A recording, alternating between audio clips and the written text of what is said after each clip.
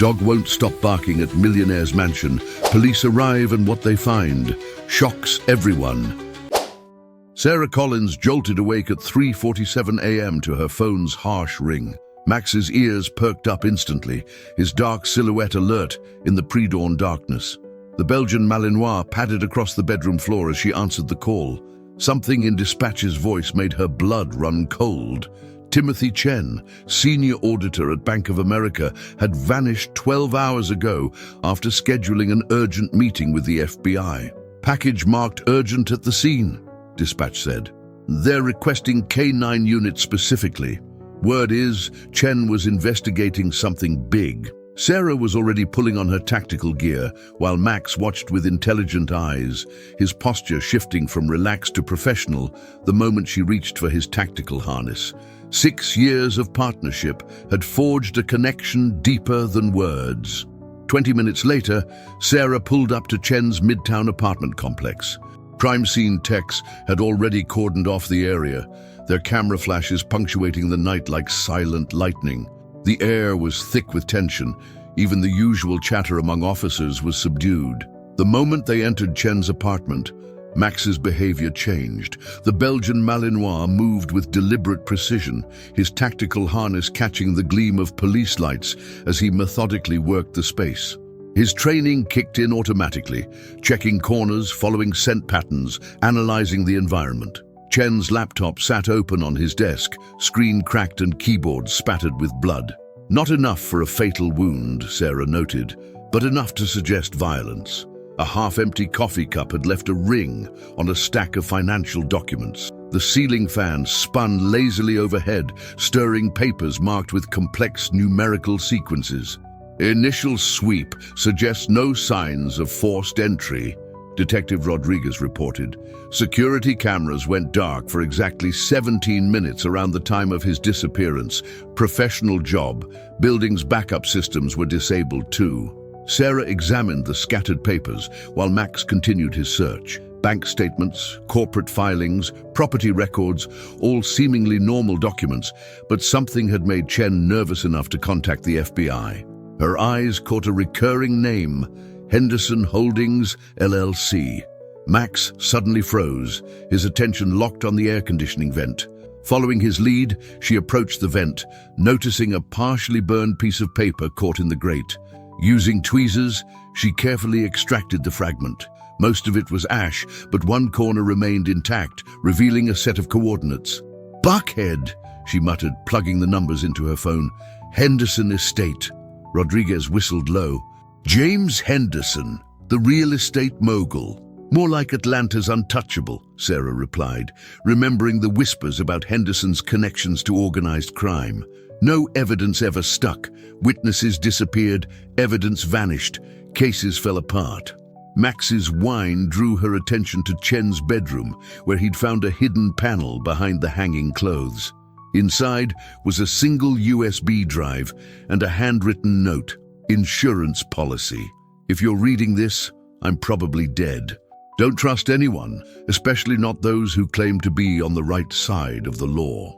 The drive was encrypted, but the FBI tech managed to access one file, a video recording of Chen himself, dated the previous day. The man looked exhausted, his eyes darting nervously off camera every few seconds. "My name is Timothy Chen," his image spoke. "If anything happens to me, it's because I discovered something in the Henderson accounts. The transactions, the shell companies, they're all connected to something bigger than money laundering. They're moving something else through their properties. I found evidence linking them to disappearances dating back 5 years. Human trafficking, maybe worse. The police department is compromised. There's someone on the inside helping them cover it up. I don't know who to trust anymore, but I have proof. Everything's documented in..." The video cut off abruptly. Sarah's phone buzzed. A text from an unknown number. "Some secrets should stay buried, Officer Collins. Dogs that bark too much tend to disappear." Max growled at her phone, and Sarah felt a chill that had nothing to do with the pre-dawn air. The way Max was acting, she hadn't seen him this agitated since the trafficking case 2 years ago that nearly cost them their lives. Dawn was breaking as they pulled up to the mansion's ornate gates. The sprawling property looked peaceful in the early morning light, manicured lawns glistening with dew. Sarah noticed cameras tracking their movement, high-end security systems that probably cost more than she made in a year. The moment Max's paws hit the ground, he zeroed in on the recently landscaped garden area, barking with an intensity Sarah recognized. It was the same urgent bark from the trafficking case when he'd found those children hidden in the shipping container. His whole body was rigid with certainty. Something was wrong here. "Officer Collins," a smooth voice called out. James Henderson stood at his front door in an immaculate suit. "This is an unexpected pleasure, though I must say your dog seems rather excitable." Sarah noticed how his manicured calm cracked slightly when she mentioned Chen's name. A tiny tell, a tightening around the eyes, a slight pause in his step. And Max wouldn't stop barking at that garden. "Mr. Henderson," Sarah said, keeping her voice professional while her hand rested near her weapon. "We need to talk about Timothy Chen and whatever it is you've buried in that garden." Henderson's smile remained fixed, but his eyes went cold. "Of course. Though I should warn you, Officer Collins, curiosity has a way of getting people hurt in this town. Even decorated K9 officers and their loyal partners." Max's barking intensified, and Sarah felt the tension crystallize. She'd crossed a line, and they both knew it. Whatever Chen had discovered, whatever was buried in that garden, this was just the beginning. The sun might be rising over Atlanta, but Sarah could feel darkness closing in around them. The garden soil was still damp from the morning sprinklers when the search warrant arrived. Sarah watched Henderson's face as she handed him the document, catching that fleeting twitch of surprise. He hadn't expected them to get one so quickly. Neither had she, if she was honest. But Chen's video and Max's reaction had been enough to convince Judge Martinez. "This is harassment," Henderson said, his polished veneer cracking slightly. "I'll have your badge for this."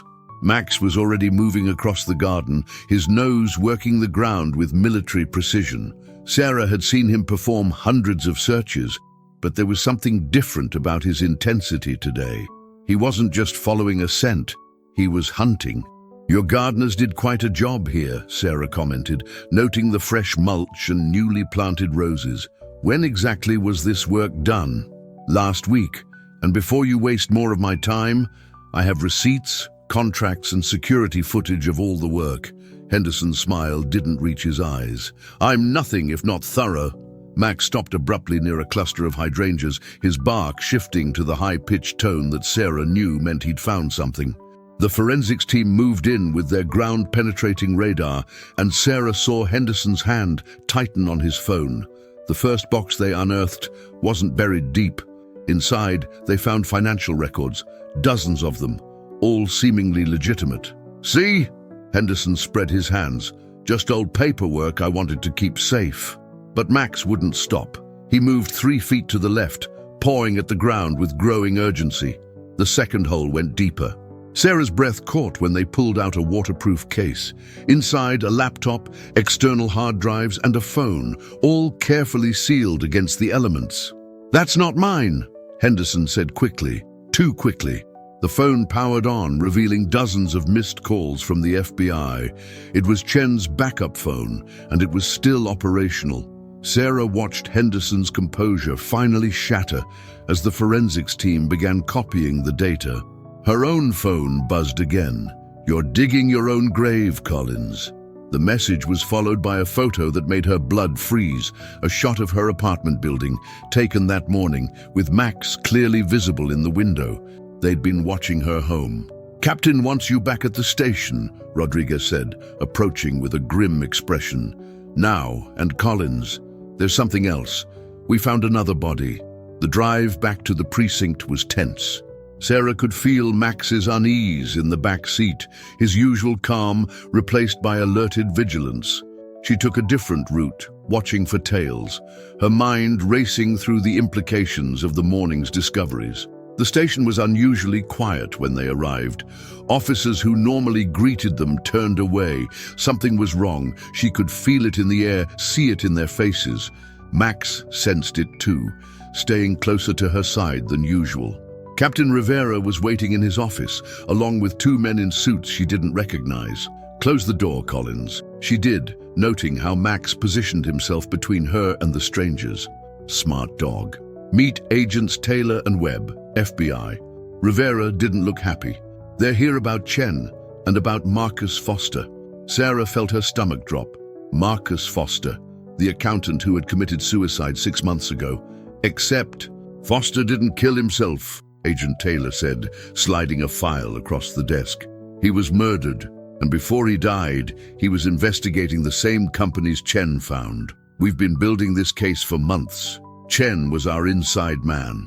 And now Chen's missing too," Webb added. "But he was smart. He left breadcrumbs. That's why he wanted a K9 unit if anything happened to him.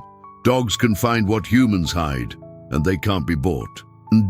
Sarah thought about the garden, about Max's certainty. "Chen's not just missing, is he? He's dead. Body was found an hour ago in a dumpster behind Henderson's downtown office building. Professional hit, made to look like a robbery." Taylor's expression was grim. "But here's where it gets complicated. The security footage shows someone using a police override code to access the building. The implications hung heavy in the air. Someone in the department was involved, someone with authority. "We need you and Max to do what Chen asked," Webb said, "but unofficially. As of now, you're both suspended pending an internal investigation into harassment charges filed by Henderson." "Suspension is for your protection," Rivera added quickly. "Make it look real. Meanwhile, you'll be working with the FBI. But Collins, watch your back. If they got to Chen, they'll come for us next," Sarah finished. She felt Max press against her leg, solid and reassuring. "What do you need us to do?" Taylor opened a laptop, showing a map of Atlanta with several properties highlighted. "Henderson's real estate empire. Somewhere in these buildings, he's hiding whatever Chen found, something worth killing for. We need you and Max to find it. But if you do this," Webb warned, "there's no going back. Henderson has judges, cops, and politicians in his pocket. One wrong move." Sarah looked down at Max, seeing the same determination in his eyes that she felt. "When do we start?" "Tonight. We have a contact, someone else who's been tracking Henderson's operation. They'll meet you at midnight, Crawford Street Bridge." Taylor hesitated. "Just be careful.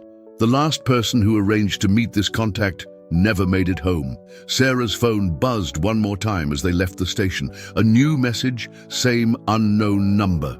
"Suspended already? Smart move. A dead cop's better than a disgraced one. Sleep tight, Officer Collins. You and your dog might want to check your brake lines in the morning." Max growled softly, and Sarah scratched behind his ears. "Yeah, boy. I don't like them either." She started the car, watching the sunset behind Atlanta's skyline. "But tonight, we hunt." The Crawford Street Bridge loomed ahead, its shadows dancing in the midnight fog rolling off the Chattahoochee River. Sarah killed the engine 2 blocks away, years of experience teaching her never to approach a meeting point directly. Max's ears twitched at every sound, his training warring with memories that made this place significant for both of them. "Remember that night, boy?" Sarah whispered, checking her backup weapon. 5 years ago, this same bridge had been their first case together. Back then, Max had been the rookie K9 nobody wanted. Too intense, too aggressive, they said. And she had been the officer still haunted by her previous partner's death. The case had started similarly. Missing people, wealthy suspects, evidence that kept disappearing. Her partner David Chen, no relation to Timothy, had been getting close to something big. Then one night, he went to meet a confidential informant and never came back. They found his body 3 days later, ruled it a mugging gone wrong. Sarah knew better, but couldn't prove it. Max's low growl snapped her back to the present. A figure emerged from the fog, female, medium build, moving with the careful precision of someone used to looking over their shoulder. "Password," Sarah called out softly. "The devil's in the details," the woman answered, stepping into the dim light. I'm Amanda Foster. Marcus was my husband. Sarah felt her muscles tense. Marcus Foster, the suicide victim who'd been investigating Henderson. She could see the grief etched into Amanda's face, along with something harder, determination. Marcus knew what he was getting into, Amanda continued, pulling out a USB drive. He left this for me, encoded with a key only I would know. Our wedding song. Her laugh was bitter. Said if anything happened to him, I should wait 6 months, then find someone who couldn't be bought. When I saw your dog at Henderson's estate on the news today, I knew it was time. Max's posture changed suddenly. Sarah recognized the alert. Someone else was nearby. The sound of footsteps on metal confirmed it. Amanda's eyes widened in fear. Run! Sarah grabbed Amanda's arm as the first shots rang out.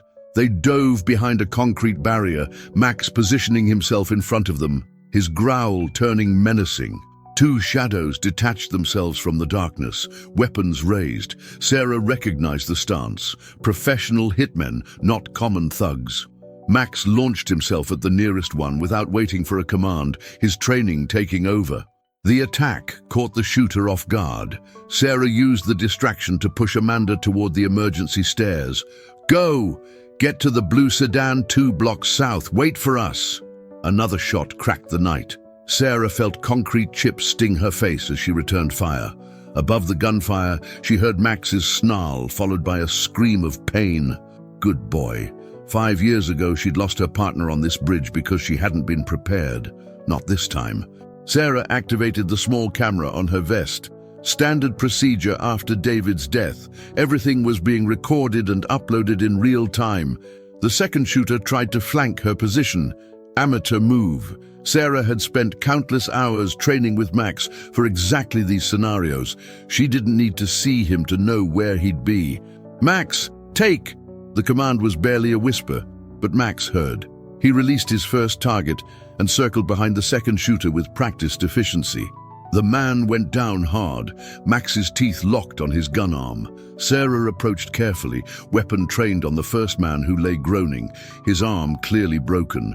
Both attackers wore expensive suits and tactical gear underneath, professional hitters, just as she'd thought. Who sent you? She demanded. The conscious one just smiled through bloody teeth. You should have stayed suspended, Officer Collins.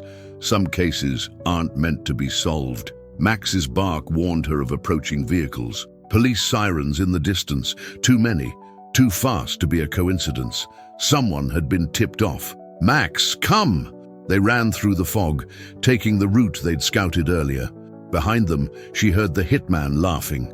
Amanda was waiting in the car, clutching the USB drive like a lifeline. They were police, weren't they? The ones who shot at us? Private contractors, Sarah corrected, catching her breath as Max jumped into the back seat. But someone in the department told them where to find us. She pulled out a secure phone the FBI had provided. Agent Taylor, we need a safe house and a computer. An hour later, they sat in a motel room on the outskirts of town, while Amanda's USB drive revealed its secrets. Marcus Foster had been thorough, property records, bank transfers, shipping manifests, all pointing to a massive operation using Henderson's real estate empire as cover. Human trafficking, Amanda said quietly. But not just any targets. They're focusing on people who won't be missed. Immigrants, runaways, people with no connections. Marcus found a pattern in the disappearances, all centered around Henderson's properties. Sarah studied the dates, a cold realization dawning. These go back 5 years. She looked at Max, remembering that first case, the partner she'd lost. David wasn't investigating a drug ring that night. He'd found this. The pieces were falling into place. David's death, Marcus Foster's suicide, Chen's murder, they were all connected to Henderson's operation. And now Sarah had proof. Her phone buzzed with a message from Taylor. Station computers compromised. Internal affairs investigator found dead in his car. Watch your backs. Max moved to the window, his posture alert but not alarmed. He'd been different since the bridge, more focused, like he too remembered what they'd lost there 5 years ago. Sarah scratched his ears, feeling the familiar roughness of his tactical vest. "We'll get them this time, boy. For David, for Marcus, for Chen." Max leaned into her hand, his eyes never leaving the window. Outside, Atlanta's lights glittered like false promises in the night, hiding shadows that had just become a lot more dangerous. Sarah's burner phone rang at exactly 2 a.m. "Officer Collins." Henderson's voice was smooth as aged whiskey. "I trust you're enjoying your suspension?" Max raised his head from his watchful position by the window, muscles tensing. Amanda Foster had finally fallen asleep on the second bed, the USB drive clutched tight in her hand. "What do you want, Henderson?" "To make a deal, one that could benefit us both." A pause. "I have Timothy Chen. He's alive, for now. Bring me everything you've collected on my operation, including Foster's drive, and he walks free. You get a live witness, and I get my property back. Everyone wins." Sarah's mind raced. Chen was supposed to be dead. They'd found a body. Unless... "Prove he's alive. Check your phone." A video appeared. Chen, battered but breathing, holding today's newspaper. His left eye was swollen shut, dried blood caking his shirt. Max moved closer to Sarah, his warmth steady against her leg as she processed the implications. "You have 4 hours, Henderson continued. "Come alone. Well, you can bring your dog. I know you two are inseparable. The old Pullman yard. And Sarah, no FBI. I'll know if you tell them. I always know. Just ask your former partner, David." The line went dead. Sarah looked at Max, seeing her own conflict reflected in his dark eyes. A living witness could break the case wide open, but Henderson had to know they'd never stop investigating, which meant her secure FBI phone buzzed.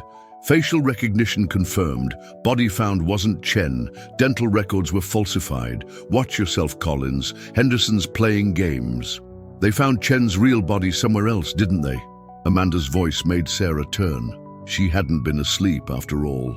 "That video's probably old, filmed right after they grabbed him. Henderson's trying to trap you." Sarah ran her hand over Max's fur, feeling the raised scar tissue from their last major case. "Maybe. But what if we're wrong? If Chen's alive?" Marcus thought he'd found a survivor too. Amanda's voice cracked. "That's how they lured him in. They used that against him." Max's sudden growl cut through the tension. Sarah reached for her weapon as headlights swept across the windows. Multiple vehicles, engines cutting off in unison. Professional approach. "Back door," Sarah whispered, grabbing her go bag. They'd drilled this routine 100 times. Max took point, leading them through the darkness behind the motel just as the first door burst open. Shouts behind them, boots on pavement. Sarah helped Amanda over a fence, Max following with practiced ease. 3 blocks to their backup vehicle. 2, 1. The bullet caught Sarah in the vest, sending her sprawling. Max spun instantly, placing himself between her and the shooter. Through the ringing in her ears, Sarah heard police-issue weapons being cocked. "Stay down, Collins." A familiar voice. Detective Rodriguez. "It's over. Don't make this harder than it needs to be." Max's growl deepened, but Sarah knew they were surrounded. Rodriguez had been her friend, a good cop. Now he was here to kill them. "The boss wants them alive," someone shouted. "Don't forget the plan." That was their mistake. Sarah thumbed the remote on her keychain, and their backup car exploded in a controlled blast. In the chaos, Max struck. She heard Rodriguez scream as 90 pounds of highly trained K9 hit him at full speed. They ran. Sarah's ribs screamed where the bullet had struck her vest, but adrenaline kept her moving. Amanda matched her pace, the USB drive still secure. Behind them, sirens wailed as the night erupted into chaos. 4 blocks later, they ducked into a pre-prepared hiding spot, a condemned building Sarah had scouted months ago.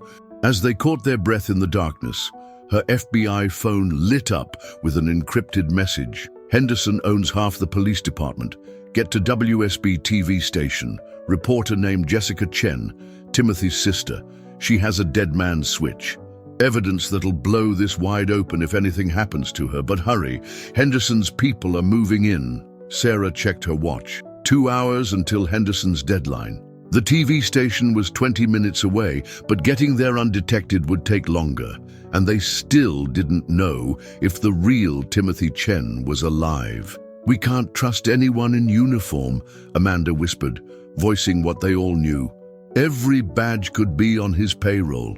Max pressed against Sarah's side, and she felt his muscles trembling with contained energy. He understood. This was like the trafficking case all over again. Time running out, lives in the balance. No way to tell friend from foe. Sarah's vest radio crackled. "All units, suspicious activity reported at WSB-TV. Possible terrorist threat. SWAT team en route. All officers maintain radio silence." Henderson was making his move. If they didn't reach Jessica Chen first, any chance of exposing the truth would die with her. But it had to be a trap. Henderson would expect them to try saving her. "You thinking what I'm thinking, boy?" Sarah asked softly, checking her ammunition. Max's ears perked up. She saw the same determination in his stance that she felt. "Yeah, time to hunt." She turned to Amanda. "We're about to do something really stupid. You should find somewhere safe to—" "My husband died fighting these people," Amanda cut her off, chambering around in the backup weapon Sarah had given her. "I'm seeing this through. For Marcus. For all of them." Sarah nodded, checking her weapon one last time as Max shifted into tactical mode beside her.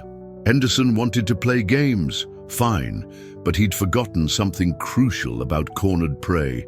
Sometimes they bite back. The WSB TV building service entrance was poorly lit, a blessing and a curse. Sarah counted 4 SWAT vehicles in the parking lot, all with engines still warm. Through her tactical scope, she could see snipers already in position on the adjacent rooftops. "Back entrance is covered," Sarah whispered, watching Max scan the area. His ears twitched at every sound, body tense but controlled. "But they won't expect us to go in through the front." Amanda checked her borrowed weapon. "Because that would be insane. We'd be completely exposed." "Exactly." Sarah activated her body camera, making sure the feed was transmitting to the FBI's secure server. "The lobby will be mostly glass.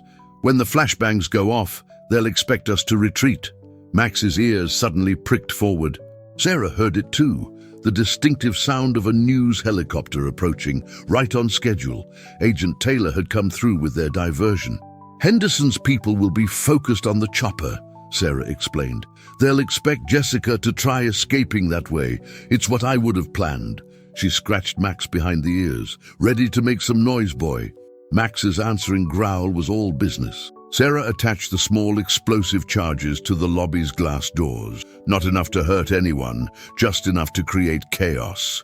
The charges were military grade, courtesy of Taylor's connections. "When these blow, we have exactly 3 minutes before their backup arrives," Sarah said. "Max will lead us to Jessica. Amanda, stay between us. If anything happens—" "It won't," Amanda said firmly. "Marcus always said the best plans are the crazy ones. No one expects them." Sarah nodded, then pressed the detonator. The glass shattered inward as the news helicopter roared overhead, its searchlight sweeping the building. Perfect timing. The light would destroy the defenders' night vision. Max burst through the opening, Sarah and Amanda close behind. 2 security guards, Henderson's men based on their stance, moved to intercept. Max took down the first one while Sarah dealt with the second. The guard was good, but she was better. "3rd floor!" Amanda shouted over the chaos, checking her phone. "Jessica's evening broadcast studio." They hit the stairs running. Above them, boots thundered down from higher floors. SWAT teams responding to the explosion. Sarah's radio crackled with chatter about the helicopter just as planned. 2nd floor clear. 3rd floor. A burst of gunfire forced them into cover. Max growled low in his throat, picking up a scent. Sarah recognized his signal. Multiple hostiles ahead. "Jessica Chen," Sarah shouted. "FBI sent us. Your brother's dead man's switch. We're here to help." A pause in the shooting, then a woman's voice. "Prove it." "Timothy told you to trust the K9 unit if anything happened to him," Sarah called back. "That's why he made sure his video was found at a crime scene that would bring in dogs." Another pause. "How many men in the hallway?" Max's posture told Sarah everything she needed to know. 4, 2 by the elevator, 2 outside your door. And more coming. 5, actually, Jessica replied. You missed the one in the supply closet, but close enough. A clatter of movement. Get ready. The hallway filled with thick smoke. Jessica had activated the studio's emergency system. In the confusion, Max moved with surgical precision, years of training paying off. Sarah followed his lead, trusting his senses more than her own. 3 minutes later, they had Jessica and her laptop secured, but their exit route was already compromised. Henderson's whole operation is on here, Jessica explained as they barricaded themselves in the studio. Human trafficking, money laundering, political bribes, everything. Timothy built the case for months before they caught him. And the dead man's switch? Sarah asked, watching Max guard the door. Set to release everything to every major news outlet in an hour. But Henderson's team is good. They're already trying to hack the network. Amanda connected a small device to Jessica's laptop. FBI tech. Should buy us some time. Sarah's radio squawked. Rodriguez's voice. Collins, building surrounded. Think about what you're doing. Henderson's offering you a way out. Take it. Max's growl deepened as footsteps approached. Sarah checked her ammunition. Not enough for a prolonged fight. The basement, Jessica said suddenly. Timothy told me about tunnels under the building. They were used during the civil rights movement to smuggle journalists past police blockades. Henderson will know about them, Sarah warned. Yes, but he doesn't know about the secondary tunnels, the ones that connect to the old railway station. Jessica smiled grimly. Timothy mapped the whole network while investigating Henderson's properties. He realized they were using the old tunnels for their trafficking operation. The complete layout is on my laptop. Sarah looked at Max, saw him testing the air. He could lead them through the tunnels, just like they'd trained for underground searches. But the moment they moved, Henderson's people would know. Her phone buzzed one last time. Your choice, Officer Collins. Save yourself or die a hero. You have 3 minutes before my men breach that door. Sarah thought about David, about Marcus Foster, about Timothy Chen, about all the victims in Henderson's trafficking operation. Heroes died, but sometimes they took the bad guys with them. Max, find us a way out. Sarah turned to Jessica and Amanda. Hope you ladies don't mind getting your hands dirty. We're going to show Henderson why you don't corner a K-9 team. Outside, sirens wailed as more corrupt cops arrived, but Sarah wasn't worried. She had her partner, the evidence, and a clear mission. Henderson had forgotten the most important rule about hunting. Sometimes the prey becomes the predator. The old railway tunnels smelled of rust and stagnant water. Max led the way, his training in underground searches proving invaluable as they navigated the dark maze beneath Atlanta. Sarah kept one hand on his tactical vest, trusting his senses more than the dim beam of her flashlight. They're following, Amanda whispered from behind, the laptop clutched tight against her chest. The device she'd connected was their only chance of getting the evidence out. Jessica checked her phone. 20 minutes until the dead man's switch activates. Henderson's people are still trying to hack it. Sarah heard boots echoing through the tunnels, multiple teams converging on their position. Henderson was herding them, she realized. The question was, toward what? Max suddenly stopped, his posture shifting to alert. Sarah recognized the change. He'd caught a familiar scent. What is it, boy? The answer came in Rodriguez's voice, echoing from ahead. It's over, Collins. There's nowhere left to run. Sarah clicked off her flashlight, letting her eyes adjust to the darkness. Years of training with Max had taught her to trust more than just vision. She could feel the air currents changing, multiple intersecting tunnels ahead.